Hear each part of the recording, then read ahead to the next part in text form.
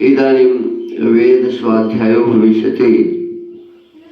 अद्य यजुर्वेदस्य तृतीयोऽध्यायस्य 20 मन्त्रस्य स्वाध्यायो भविष्यति।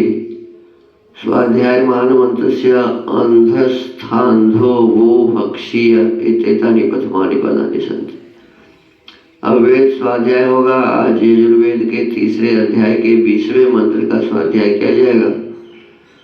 स्वाध्याय किए जाने वाले मंत्र के अंधा स्थान्धो वो भक्षीय ये प्रारंभिक पद हैं। ओम अंधस्थान्धो वो भक्षीय महस्थमहो वो भक्षीयार्जम स्थूर्जं वो भक्षीय रायस्पोषं वो भक्षीय। पदार्थ अंध अन्नम अंध इत्यन्न नामसु पठितम। निघंटु में अंध का अर्थ अन्न भी है। आदेर नुम धौच अनेनादेर सुन प्रत्यया नुमागमो धकारादेशश्च। हिंदी में इसका पदार्थ लिखते हुए महर्षि दयानंद लिखते हैं, जो अंधा बलवान वृक्ष का औषधि आदि पदार्थ स्थ है, वह उनके प्रकाश से मैं अंधा वीर्य को पुष्ट करने वाले अन्नों को भक्ष्य ग्रहण करूं। जो महा बड़े बड़े वायु अग्नि आदि व विद्या आदि पदार्थ स्थ हैं, वह उनसे मैं महा बड़ी बड़ी क्रियाओं को सिद्ध करने वाले कर्मों का भक्ष्य सेवन करूं।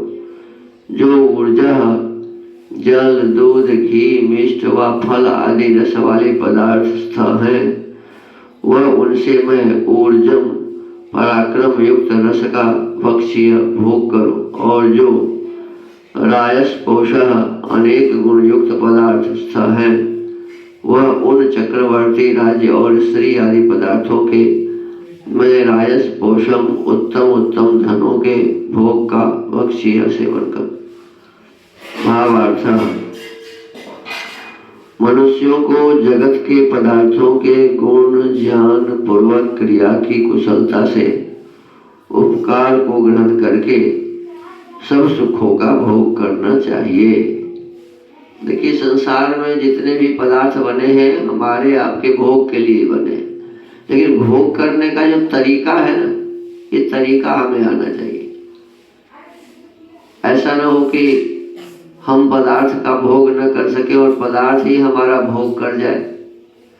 तो ये हमारी जो जीने की शैली है, हम इस संसार में कैसे रहें, क्या खाएं, कब खाएं, कितना खाएं, इस सब विषय वस्तु का ध्यान रखना चाहिए। क्या देखें, क्या न देखें, क्या सुने, क्या न सुने, इसका विचार करते हुए जब हम किसी पदार्थ को अपने जीवन में प्रयोग करते हैं, तो फिर ये पदार्थ हमारे सुख का कारण बनता है। और यदि इसी पदार्थ का भोग यदि हम अनर्गल ढंग से करते हैं, जितना खाना चाहिए उससे ज्यादा खा लेंगे, तो वही पदार्थ हमारे स्वास्थ्य के लिए हानिकर हो जाता है। जो देखना चाहिए, जो नहीं देखना चाहिए, ऐसे पदार्थ को देख करके हम अपने नेत्र को खराब करेंगे। जो नहीं सुनना चाहिए, ऐसे शब्दों को सुन के हम अपने कान को खराब करेंगे। कितना सुनना चाहिए ये भी नियम होता है, कितना देखना चाहिए ये भी नियम है।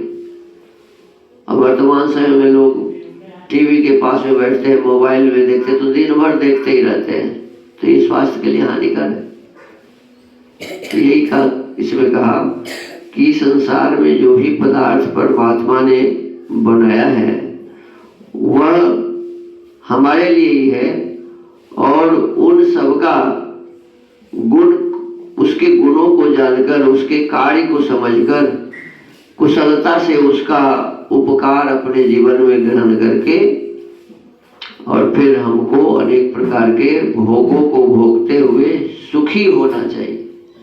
सुख के लिए भोगे, दुख को प्राप्त करने के लिए नहीं भोगे। तो एक कहते कुशलता से उपकार को ग्रहण करके, कुशलता शब्द का प्रयोग है, माने भोगने के भी नियम है। किसी भी पदार्थ को खाने का, किसी पदार्थ को देखने का, किसी पदार्थ को का प्रयोग करने का नियम है। उस नियम के अनुसार यदि हम उसका प्रयोग करते हैं तो वह हमें सुख प्रदान करता है।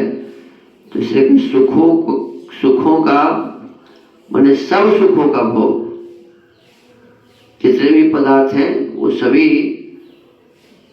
हमारे लिए है और हम उन सभी का भोग करें, उपभोग करें, उसको अपने जीवन में प्रयोग करें। लेकिन ये ध्यान रखना चाहिए कि कुशलता उसमें होनी चाहिए, अर्थात समझदारी से, व्यवस्था पूर्वक, अव्यवस्थित होकर किसी का प्रयोग हम न करें।